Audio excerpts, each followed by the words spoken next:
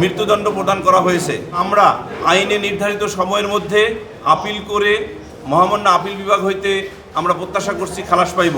9 নম্বর আসামি এসআই আমির হোসেন এবং কনস্টেবল সুজন চন্দ্র রায়ের ঘোষিত রায়ের সাবস্ট্যান্স এবং অপারেটিভ পার্ট অনুসারে মৃত্যুদণ্ড প্রদান করা হয়েছে। আমরা এই রায়ে প্রত্যাশার নিরিখে অবশ্যই সংক্ষুব্ধ এবং আমরা আইনে নির্ধারিত সময়ের মধ্যে আপিল করে মহামান্য আপিল বিভাগ হইতে আমরা প্রত্যাশা করছি খালাস পাইব।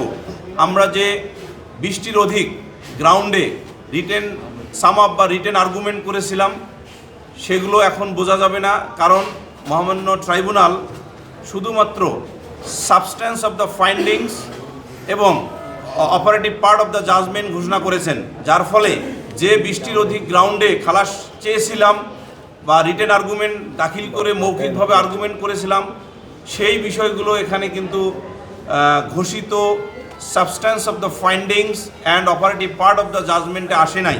ফলে পরিপূর্ণ রায় বা পূর্ণাঙ্গ রায় পাওয়ার পর বিচার বিশ্লেষণ করে মহামান্য আপিল বিভাগে যথাসময়ে আপিল দায়ের করে আপিল শুনানি অন্তে আমরা বিশ্বাস করি ইনশাল্লাহ খালাস পাইব।